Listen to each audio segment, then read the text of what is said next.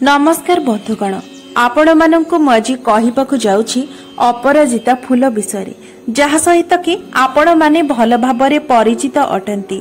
एही फूलटी विशेषकर धला रंग एवं घन नील रंगर होइथाय एवं एही फूलटी प्रभु शनिदेव एवं प्रभु भोला शंकरंकर अत्यंत प्रिय फूल अटे। तेबे आमे अपराजिता फूल को नहीं किछि एपरी उपाय करि परिबा जहा द्वारा आमे आमर आर्थिक संकट को दूरेई दे परिबा। जदि आम गृह रे कोनोसी आर्थिक संकट लागि रहिछि, धन को नहीं कोनोसी दिगरु भी आपण चिंतित अछंती, तेबे एही फूलटी आपणकर चिंता को दूर करि देई पारिबो। बंधु माने अनेक समय आम सहित किछि एपरी होइथाय, आमे टंका तो बहुत अधिक रोजगार करिथाउ, मात्र ताकु संचय करि पारि नथाउ। आमर खर्चर मात्रा एते अधिक होई जाय जे आमे संचय करबाको समर्थ होई पारि नथाउ। आउ बेले बेले किछि लोकंक सहित धन रोजगार करबा ही संभव होई नथाय, सेमानंकर सब बाट जेमिति बंद होई जायथाय। तेबे एपरी परिस्थिति रे एही अपराजिता फूल ही सेही सब समस्या को समाधान करि परिबो। तेबे बंधु माने आज मु एही वीडियो रे आपन को अनेक गुड़िए उपाय जहा कि एही अपराजिता फूल सह जड़ित कहबाकू जाउछि। तेबे एही उपाय गुड़िक मध्यरु जदि आपण कोनोसी गोटिए उपाय को भी आपणै नियंती, तेबे आपणकर आर्थिक समस्या निश्चय भाबरे दूर होई जिवो। तेबे बंधु माने आगो को बढ़िबा पूर्व वीडियोटी को लाइक करी चैनल टी को सब्सक्राइब करी दियंतु एवं कमेंट बॉक्स रे जय मां लक्ष्मी निश्चय लिखंतु, कारण आपण माने भल भाबरे जानंती जे मां लक्ष्मी हेउछंती धनर देवी। तेणु मां लक्ष्मी प्रसन्न हेले आम जीवन रे केबे भी आर्थिक संकट रहिबो नाही एवं मां को प्रसन्न करबाको हेले आपण जेते थर भी मांकर नाम नेबे, मां आपणको ऊपर सेते अधिक प्रसन्न हेबे। तेबे बंधु माने चलंतु जानि नेबा सेही उपाय गुड़िक विषय रे। तेबे बंधु माने आपण माने जानंती जे एही फूलटी आपण जेउठारे भी खोजिबे सहजरे ताको पाई परिबे। तेणु आपण एही फूल को नै सहजरे ही उपाय गुड़िको पालन करि परिबे। तेबे बंधु माने प्रथम उपायटी हेउछि, आपण माने आर्थिक संकटरु मुक्ति पाइबा पई चाहुथिले आपण प्रत्येक सप्ताहर सोमवार दिन किंबा शनिवार दिन आपण 5टी अपराजितार फूल नियंतु एवं ताकू प्रवाहित जल रे प्रवाहित कराई दियंतु।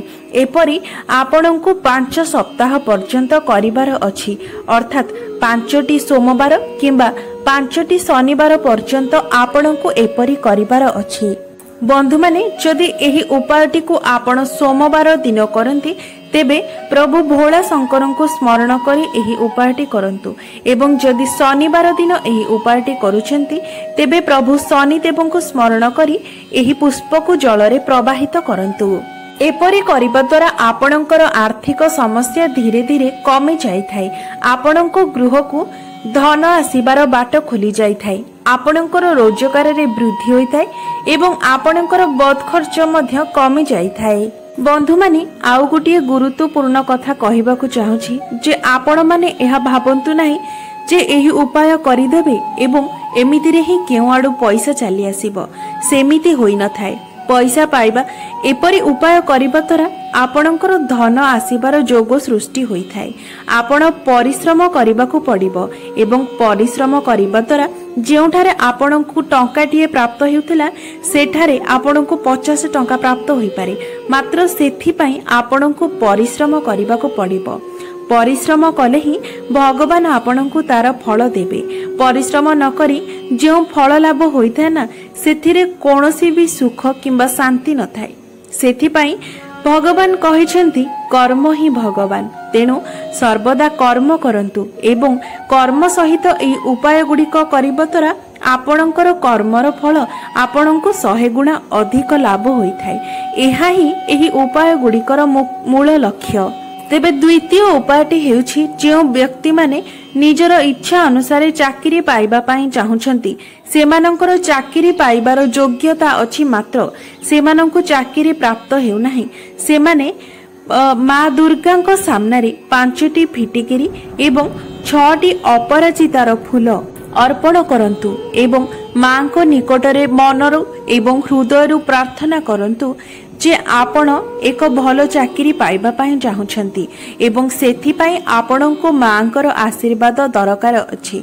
एपरि करिबा द्वारा आपणको निजर मन चाहि चाकरी मिलिबार संभावना बढ़ी जाई थाए। एहा परे आपण सेठारे जेउ 6टी फूल को अर्पण करिसेंती तापर दिन आपण जेउठाको इंटरव्यू देबा पई जाउछंती सेथिरु गोटिए फूल निजर पर्स रे रखी निजर पाखरे रखंतु एवं इंटरव्यू देबाकू जांतु।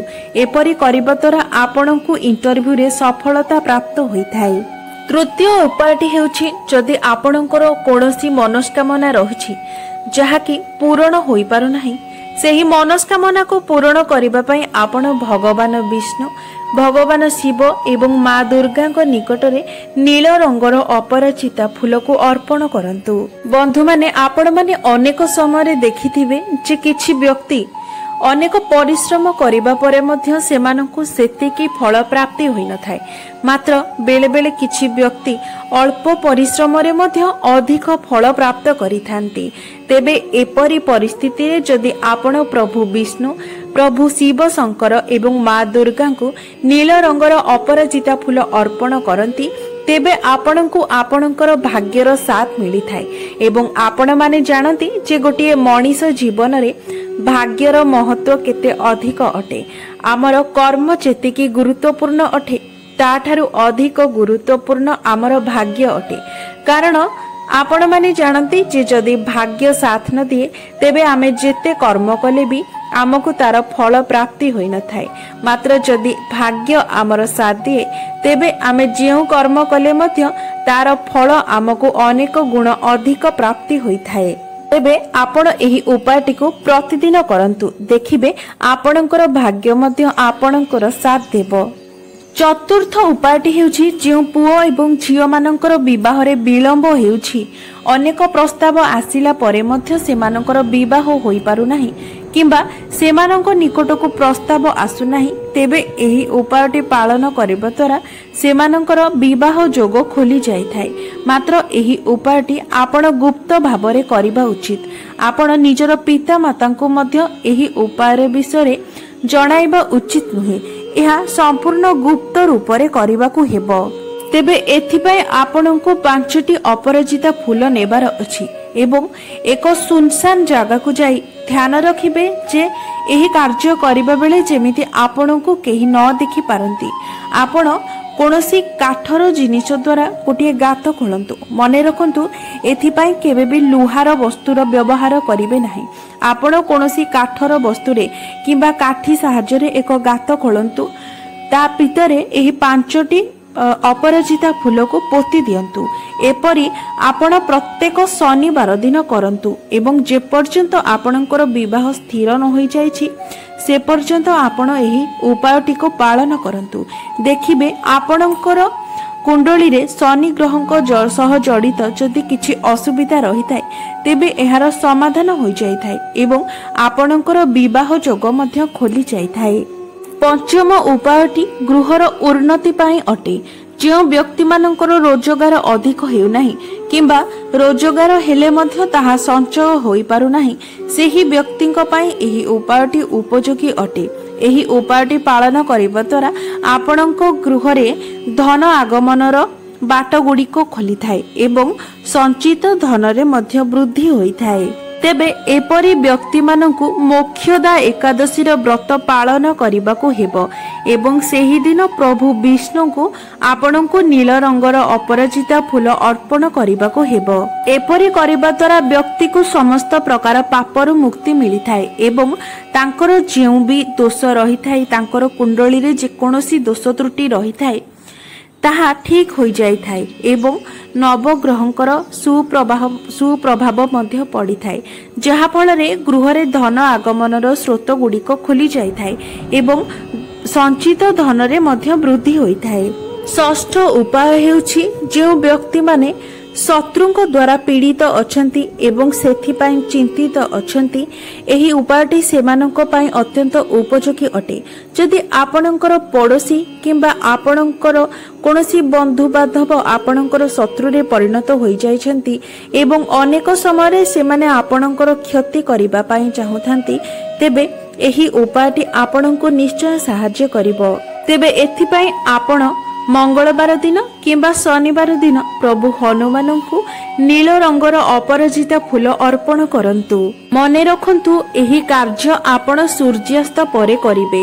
ଯେତେବେଳେ ପ୍ରଭୁଙ୍କର ସନ୍ଧ୍ୟା ଆଳତି ହୋଇଥାଏ ସେହି ସମୟରେ ଆପଣ ଏହି ଫୁଲକୁ ପ୍ରଭୁ ହନୁମାନଙ୍କୁ ଅର୍ପଣ କରିବେ। ଏହାକୁ ଦିନ ସମୟରେ କଦାପି ବି ଅର୍ପଣ କରିବେ ନାହିଁ। ବନ୍ଧୁମାନେ, ଆପଣମାନେ ଜାଣନ୍ତି ଯେ ପ୍ରଭୁ ହନୁମାନ ଶତ୍ରୁମାନଙ୍କର ନାଶ କରିଥାନ୍ତି। ଏଠାରେ ନାଶ କରିବା ଅର୍ଥ ଏଇଆ ନୁହେଁ ଯେ ସେମାନଙ୍କର କୌଣସି ପ୍ରକାରର କ୍ଷତି ହେବ। ଏହାର ଅର୍ଥ ଆପଣଙ୍କର ଶତ୍ରୁ ଆପଣଙ୍କର ମିତ୍ରରେ ପରିଣତ ହୋଇଯିବେ। ସେମାନେ ଆପଣଙ୍କ ସହିତ ଶତ୍ରୁତା କରିବା ଭୁଲିଯିବେ। ବନ୍ଧୁମାନେ, ଯଦି ଆପଣଙ୍କୁ କୁଣ୍ଡଳୀରେ ଶନି ଗ୍ରହ ଦୁର୍ବଳ ଅଛନ୍ତି କିମ୍ବା ଆପଣଙ୍କର କୁଣ୍ଡଳୀକୁ ଶନି ଗ୍ରହ କୁପ୍ରଭାବ ପକାଉଛନ୍ତି, ଆପଣଙ୍କ କୁଣ୍ଡଳୀରେ କୌଣସି ବି ପ୍ରକାରର ଶନି ଦୋଷ ରହିଛି, ତେବେ ସେଥିରୁ ମୁକ୍ତି ପାଇବା ପାଇଁ ଆପଣ ଶନିଦେବଙ୍କୁ ପ୍ରସନ୍ନ କରିବା ପାଇଁ ତାଙ୍କୁ ପ୍ରତିଦିନ ନୀଳ ରଙ୍ଗର ଅପରାଜିତା ଫୁଲ ଅର୍ପଣ କରନ୍ତୁ। ତେବେ ଆପଣ ଯଦି ପ୍ରତି ଶନିବାର ଦିନ ଅପରାଜିତା ଫୁଲରେ ମାଳା ତିଆରି କରି ପ୍ରଭୁ ଶନିଦେବଙ୍କୁ ଅର୍ପଣ କରନ୍ତି, ତେବେ ଆପଣଙ୍କୁ ଏହା ଅଧିକ ଶୁଭ ଫଳ ପ୍ରଦାନ କରିଥାଏ। ବନ୍ଧୁମାନେ, ଯଦି ଆପଣ ନିଜ ଜୀବନରେ ସବୁ ପ୍ରକାରର ସୁଖ, ସବୁ ପ୍ରକାରର ଭୌତିକ ସୁଖ ପ୍ରାପ୍ତ କରିବା ପାଇଁ ଚାହୁଁଥାନ୍ତି, ତେବେ ଆପଣ ପ୍ରତ୍ୟେକ ସୋମବାର ଦିନ ଶିବଲିଙ୍ଗରେ ଅପରାଜିତା ଫୁଲକୁ ଅର୍ପଣ କରନ୍ତୁ। ଏପରି କରିବା ଦ୍ୱାରା ଆପଣଙ୍କର ସମସ୍ତ ମନୋରଥ ପୂର୍ଣ୍ଣ ହୋଇଥାଏ। ଆପଣଙ୍କୁ ସମସ୍ତ ଭୌତିକ ସୁଖର ପ୍ରାପ୍ତି ହୋଇଥାଏ। ତେବେ ବନ୍ଧୁମାନେ, ଏହା ଥିଲା ଅପରାଜିତା ଫୁଲକୁ ନେଇ କିଛି ଉପାୟ, ଯେଉଁ ଉପାୟ ଦ୍ୱାରା ଆପଣଙ୍କର ଅନେକ ଗୁଡ଼ିଏ ସମସ୍ୟାର ସମାଧାନ ହୋଇପାରିବ। ବନ୍ଧୁମାନେ, ଯଦି ମୋର ଏହି ଭିଡ଼ିଓଟି ଆପଣମାନଙ୍କୁ ଭଲ ଲାଗିଥାଏ, ତେବେ ଭିଡ଼ିଓଟିକୁ ଲାଇକ୍ କରି ଚ୍ୟାନେଲଟିକୁ ସବସ୍କ୍ରାଇବ୍ କରିଦେବେ ଏବଂ କମେଣ୍ଟ ବକ୍ସରେ ଜୟ ମା ଲକ୍ଷ୍ମୀ ନିଶ୍ଚୟ ଲେଖିବେ।